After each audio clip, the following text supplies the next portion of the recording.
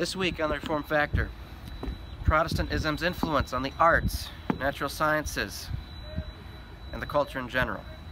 Caution, you're about to enter the no old earth zone. Reform Factor's live tonight.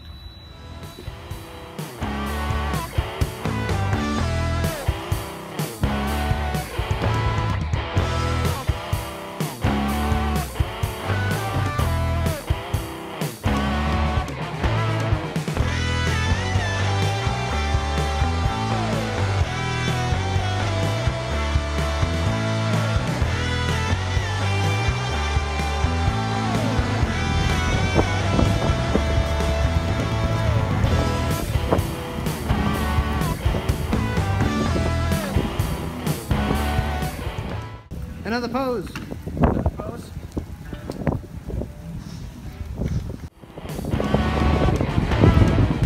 And welcome back to this episode of the Reform Factor. I'm your host, Peter Bertzel, coming to you live from a dockyard in Old Sanford. Today's memo on Alistair McGrath's book, Christianity's Dangerous Idea, is this.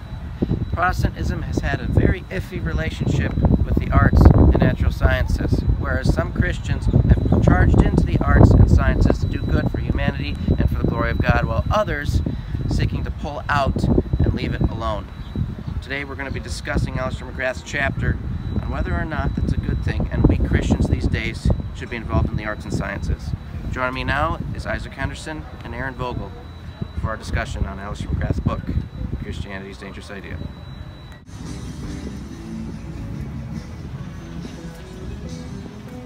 Right back where you were. Okay. So are you filming? We are. Okay.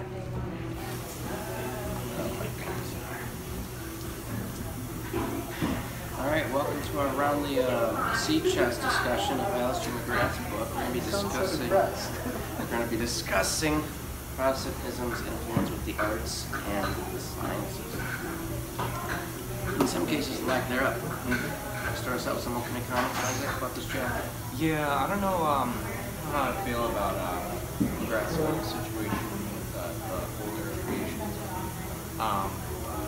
I can get where his position is coming from, but his exegetical basis is kind of off. The whole interpretation of the word y'all, I think, is a little bit stretched. And of course, you know, you've got the framework view, you've got the 6A federal view. For those of you who don't know what I'm talking about, you know, McGrath is talking about whenever creation mixes with science, people start going towards more of the old earth view. And so, I don't know if I agree with the survey on that. Do you have any thoughts on that? Well, just the way McGrath painted that. He talks about young earth, then old earth, and then so on, the four different views. But he says most conservative Protestants are going to be in the old earth circle. And I don't believe that's true at all. And I can only imagine Tyler Ferrer this week. It's going to flip out when we talk about this chapter. Yeah. It's not accurate. Yeah. Well, Vogie, when it's speaking about, you know, Protestantism and like sports and stuff, and arts and all that kind of stuff, I mean, you know, where exactly do you see correlations between a Christian worldview and expression of the arts? Maybe in, say, movies, in our even in our academia, in our music, Novels, fictional. that's So some are better than others. I guess my question is, A lot of Amish fiction I watch these days. Yeah? really, I guess my question is, you know, that is a good question. That is a very good question.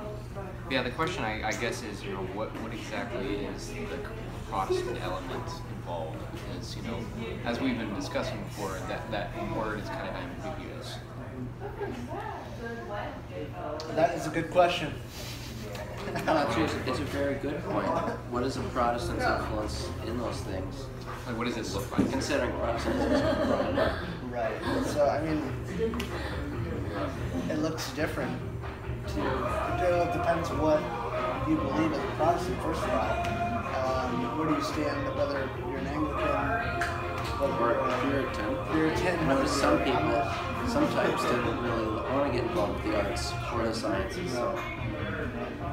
See, I think that's where, you know, the whole divide comes in, the whole dichotomy between, you know, what McGrath was calling the two-book theory, because you've got the book of words, which is, of course, the Bible, and you've got the book of works, which is, you know, nature.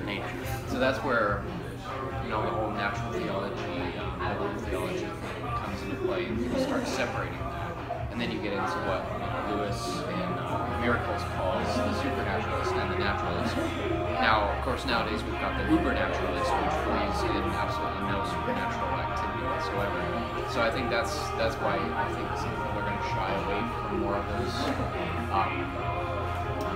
practices that are seen as naturalist, like sciences and stuff. People are going to shy away from classification because the more dogmatic you get, I think nowadays people associate that with intellectuals, and intellectuals are usually going to be this. Not always, but the higher up you go, the more people are going to push for more atheist view. At least in modern scientific communities. So, is it okay for Christians to get involved in the arts and sciences? Well, that really is the big question here, and depends if you're on an opposed. That aside, of course, yes, that does have a factor to play in it, but I think as far as I think the main thing is people and Christians get obsessed with trying to change culture through new methods, and I think we have the most perfect method of all is acting in a biblical way and acting in accordance with Scripture. So, in order to actually change people's views on either media or science, we first have to, you know, act in a godly way and let them see that. It's how Paul was saying. Of course, this refers to false teachers, but you'll know them by your fruits. And I think, first of all, Christians need to present their fruit, and then they need to try to change things. So it's kind of a worry about yourself, and then worry about yourself, and then God. One thing that I appreciated about this book is that he corrected a misconception of John Calvin. If you remember, what was his name? Copernicus? Yeah. Yeah, the scientists who talked about the Earth went around the sun, and how some people could say that Calvin was saying was against them. Actually, but in reality, Calvin said one way or the other about it. Yeah, I mean, that was kind of a breath of fresh air. McGrath's been a little bit hard on Calvin these past couple of chapters, and I don't know if I necessarily And he protected him in this last one. Yeah, so it's kind of Way nice. to be a good historian, McGrath. I'm just trying to remember what it was I was trying to recall.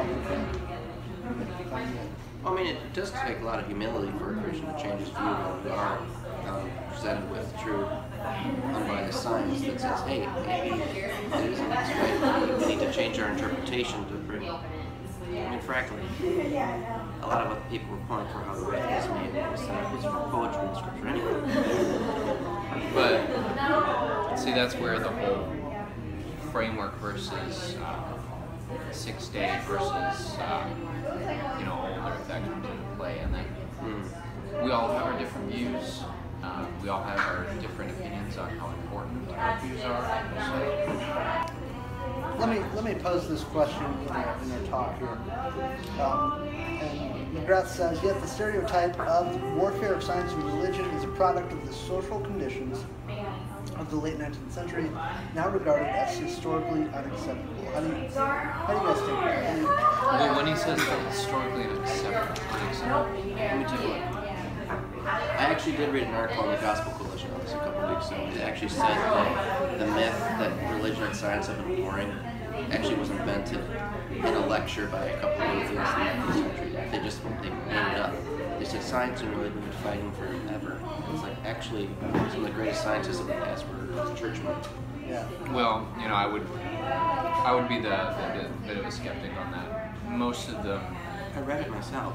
Most of them were. It has to be true. Okay, Although so, Gospel Coalition is good. yeah. Granted, they had a belief in God, but most of them weren't atheists because about that time, you know, liberal theology is becoming a little more popular. People are not necessarily following the example that Christ is the Son of God. So you've got Newton. Yeah, Newton was a deist. Newton was an Arian. That too. Yeah, you had. What's his name? Bacon. Bacon was also nice. So he also wrote Shakespeare. Sorry. Francis Bacon. Oh, Francis. Okay. Anyway, last final comments before we finish up. It's a good coffee, by the way. Is it good? Mm-hmm. Good. I really recommend coming to the shop. And where are we, Peter? Where are we? We're at Palettes in downtown Palettes. Seattle. Downtown Seattle.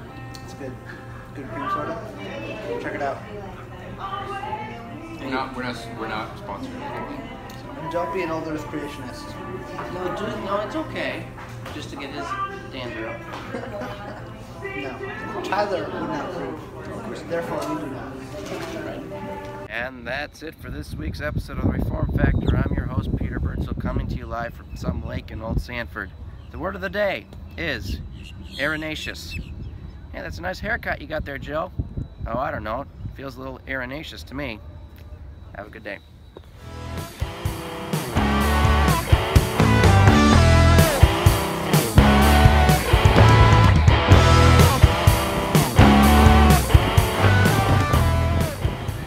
This, everyone, is Knox's old car.